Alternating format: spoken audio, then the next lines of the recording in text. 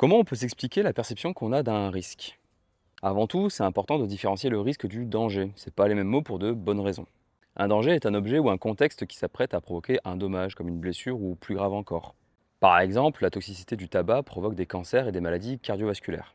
Le risque, lui, est la probabilité qu'un danger se concrétise et cause effectivement des dommages, combinés à la gravité potentielle de ces dommages. Par exemple, la combustion du tabac augmente les risques de cancer et autres maladies liées au tabagisme. Vaporiser permet donc de diminuer le risque de nombreux dangers liés à la nicotine et au tabac.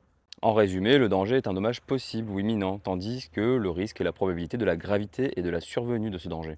Les drogues sont des outils et remplissent une fonction, et les risques ne sont pas identiques en fonction du contexte d'usage. Il y a des voies d'administration plus risquées que d'autres, des dosages plus forts ou plus faibles, des mélanges plus ou moins risqués. Tout ça est complexe et ne peut être résumé simplement. Connaître les risques est un premier facteur qui permet de mieux s'adapter en trouvant des solutions et des moyens qui les réduisent efficacement. Un autre exemple, quelqu'un qui consomme de l'héroïne en injection pourra le faire d'une manière beaucoup plus sûre en ayant du matériel propre et stérile. Un toit au-dessus de la tête, un produit pur et quelqu'un formé à l'administration de naloxone à côté en cas de pépin. Bon, et qu'est-ce qu'il en est de notre perception du risque? On a toutes et tous notre propre taux d'acceptabilité du risque. En gros, c'est un calcul qu'on fait plus ou moins consciemment dans notre tête. On intègre à notre raisonnement différentes informations, comme les anecdotes personnelles, de l'entourage, les messages de prévention, les légendes urbaines ou bien des données scientifiques concrètes sur l'action des drogues. Le raisonnement qu'on a n'est pas toujours conscient et peut relever du réflexe. Et parfois nos réflexes sont bons, parfois ils sont tout moisis.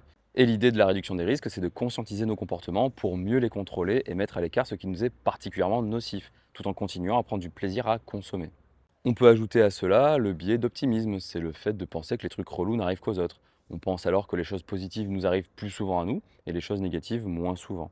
Et plus on a des expériences qui viennent confirmer ça, plus le biais se renforce. En bref, on a toutes et tous une manière différente d'appréhender les risques. On peut se dire que cela conditionne seulement si on consomme ou pas, mais ça peut aussi déterminer que l'on va consommer en dosant plus faiblement que fortement, en utilisant la paille plutôt que la seringue et en s'entourant plutôt qu'en s'isolant. Il y a un monde infini de possibilités d'intégrer les risques dans nos calculs personnels qui définissent nos choix de vie, et ce, bien au-delà de la consommation de psychotropes.